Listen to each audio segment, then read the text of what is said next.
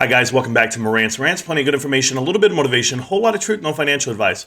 I want to show you this website here. It's the SEC.gov website. You go to the EDGAR system, which is the electronic data gathering retrieval system, something to that effect, okay? So you go in there and you're able to type in whatever you want. You can type in GameStop. It'll tell you every filing. You can look them up yourself. I was having a hard time finding the proxy statements here, but I was able to find last year's and this year's, and I'm going to go over them with you because it was just released today. The new proxy statement for this year's annual shareholders meeting. What that means is it gives you an agenda, an outline of what's going to happen at the meeting, what we're going to vote on, and things of that nature. Well, last year, if you saw George E. Sherman, who is currently one of the largest shareholders of GameStop, no, he's not our CEO anymore, but he knows the value of the company without a doubt. And he was privy to those private backdoor meetings with everyone when they're telling you we're going in a different direction. So the initial for 2021, just so you guys know what we had to do, what we were planning to do, our planning was to invest in technology capabilities, including the e-commerce presence, systems and consumer insights gathering, building a superior customer experience, which I think we've done. You know, we've been capitalizing on this front. And if you guys go to the website, I'm sure you can see the changes and the difference.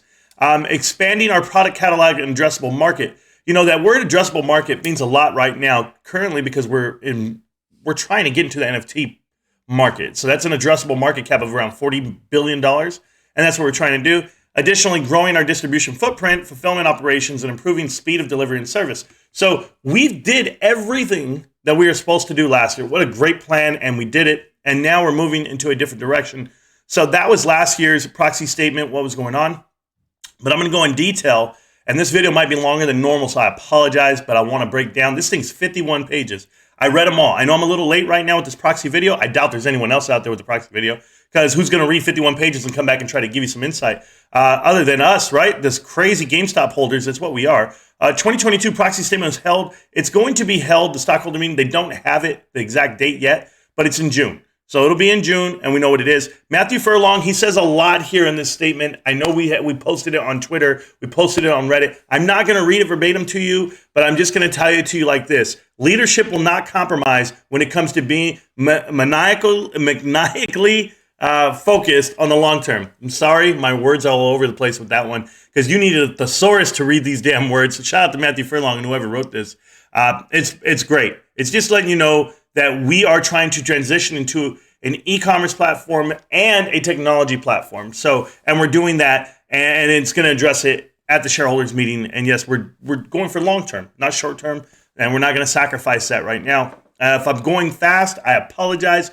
You can take the time to read all of this, but I'm going to give you the gist as we sit here. This annual shareholders meeting is going to be a re-elect of the 6 directors to the board. They have people up there for you. They're going to give you the breakdown of who they are. They're going to adopt and approve the GameStop Corporation, the 2022 incentive plan. If you remember what I said, I just said this in the live stream, I believe yesterday or today live stream. I said the reason why they're voting, and people aren't understanding what I'm saying here, they're not trying to take you from 76 million shares to 1 billion. Okay, this is my honest opinion.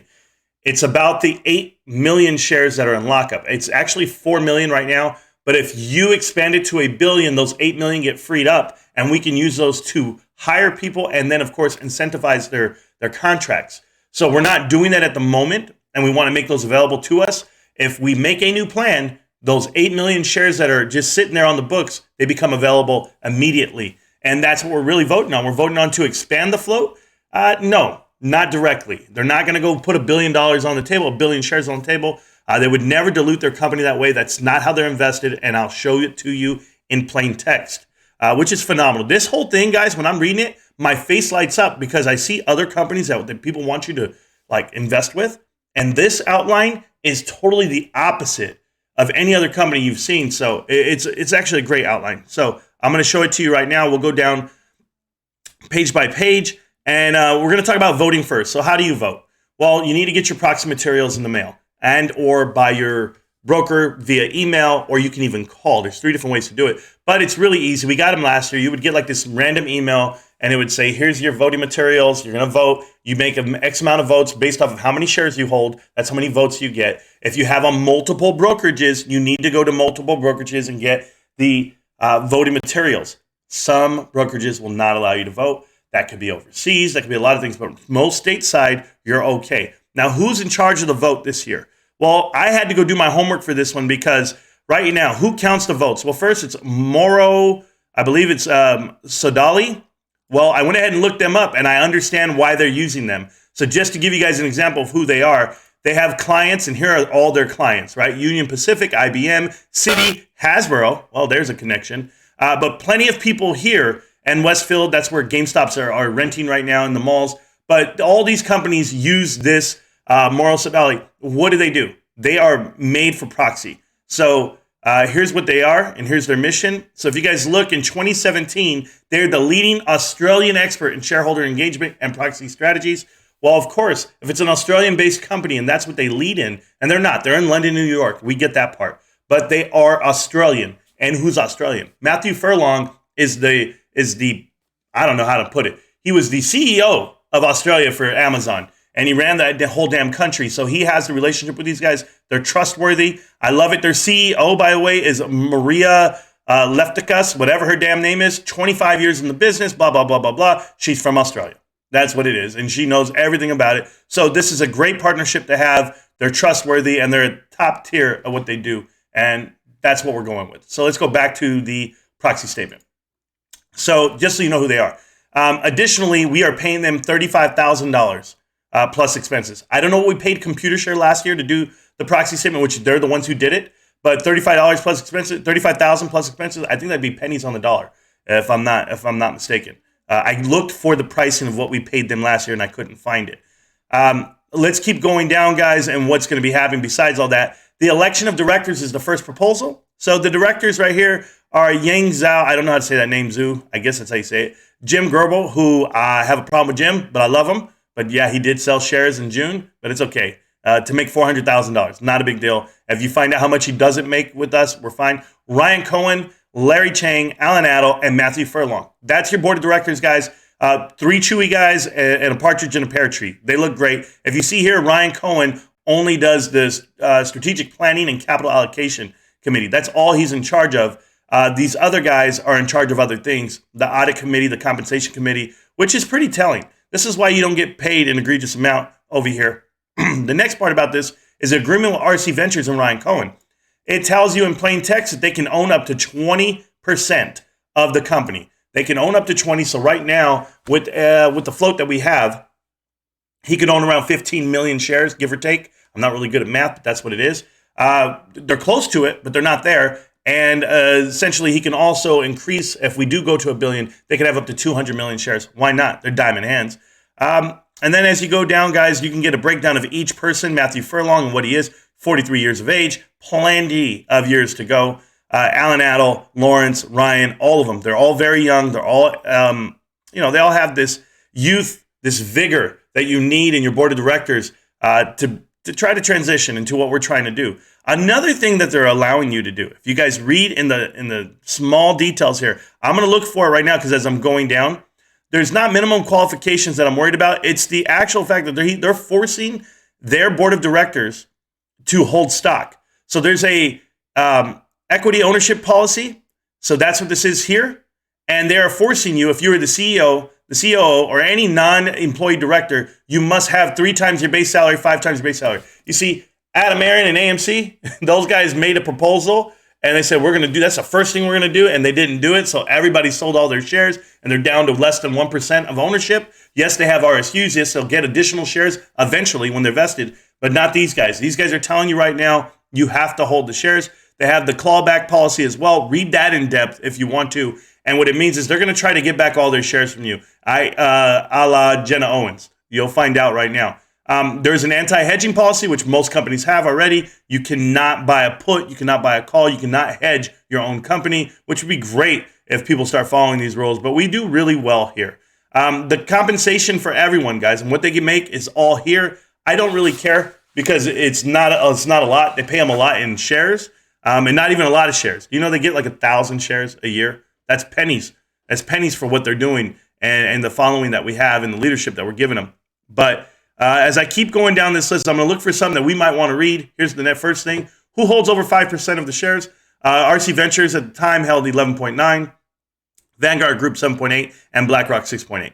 Guys, I went and checked out the ETFs that hold GameStop, okay? And I put it together. The first 20, the top 20 allocated dollars to GameStop shares. And just because we're in a mid cap, we're not even in the S&P 500 yet. $800 million off of 20 ETFs that are index funds, right? So I'm trying to tell you guys, that's $800 million off of 20. Imagine for the S&P 500, how many people trade off that index. It is crazy the amount of money and volume that comes shoveling in once we're listed as a technology company, and that's the transition we're going to. And of course, if our e-commerce, we can do it on e-commerce alone. We can do it just right now the way we do business because that's who we are. The incentive plan and the proposal of it is to change. And if we change this incentive plan, it tells you right now those 8 million shares of common stock that I was talking about from the previous plan, they become available immediately. So we can do that. We want to do that. And why? Because we want to gather more. We want more people. We want to hire more people. We've been hiring tons of people, but you can't hire them, and we don't want to spend dollars. We'd rather spend the shares that are available to us because we will find investors for our great company and our great movement.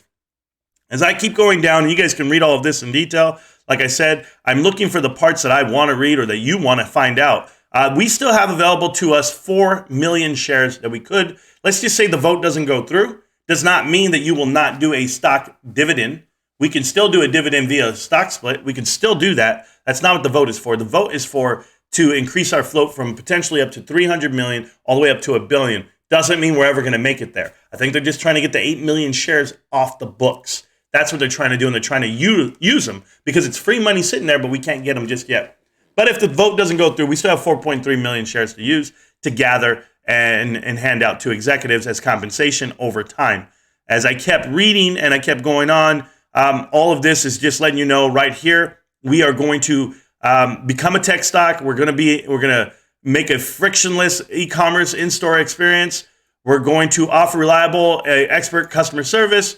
We're going to sustain our balance sheet. We're going to keep that rolling. And then, of course, right here, investing in targeted opportunities in blockchain gaming, cryptocurrency, and non-fungible tokens. We are doing everything we said we were going to do. There is nothing here that there's no sugar here. This is not spaghetti cells, right? We're not just throwing it on the wall, seeing what sticks. All these ideas. Oh, we could do this, we could do that, we could do it. We're literally putting our money strategically out in a great fashion. And then we're paying our bills because we have no money on those senior notes. We owe $44.6 million to France. You know what I do with $44.6 million? Nothing. It's just there, and it's not going to hurt us because we don't have to make that payment for a while. And that's the way this is all planned out. Additionally, the partnerships with IMX, Digital Worlds, and of course, Loopring. They're not even talking about that here in this statement. But guys, we've had a lot of transition. We've had a lot of moving parts over this last year. We're still going to be headed towards down that path. The last part about this is, guys, what does it say when our former CEO who holds 1.2 million shares refuses to sell one? Like, these guys know what's happening. Follow the money, please. When you have your board of directors or your insiders selling shares, be fearful. When these guys are diamond handing their shares, thinking that they're at the bottom, that's exactly what you want here on this stock. So this is a overall, just a proxy statement that we get every year. You guys can read it again. I don't want to go too much. I mean, because it's pretty boring, but it's fascinating to me because this is the second time that I've read one in front to back, but this is the first time that I've actually knew what the hell I was reading. So it really made sense to me. It felt good to read it. These are all from Matthew Furlong, all the letters. You guys can read that letter at the beginning, the opening. What it does is it moves you. It lets you know that we're headed somewhere, but we're going to get there in a couple of years, what if it took a decade, right? Somebody said, Marantz, what if it took 10 years? Who cares? I'm invested in a startup company right now as we speak. There's nothing I'm trying to do outside of this, so I'm happy to be here with you guys. I'm happy you guys have the information. This is GameStop. This is where we're headed, and we'll make that vote come June. Thank you guys so much for your time. I hope I gave you a good little breakdown of what we have coming to us, but GameStop. Can't stop, won't stop. GameStop. I'm going to see you around, millionaires. Peace.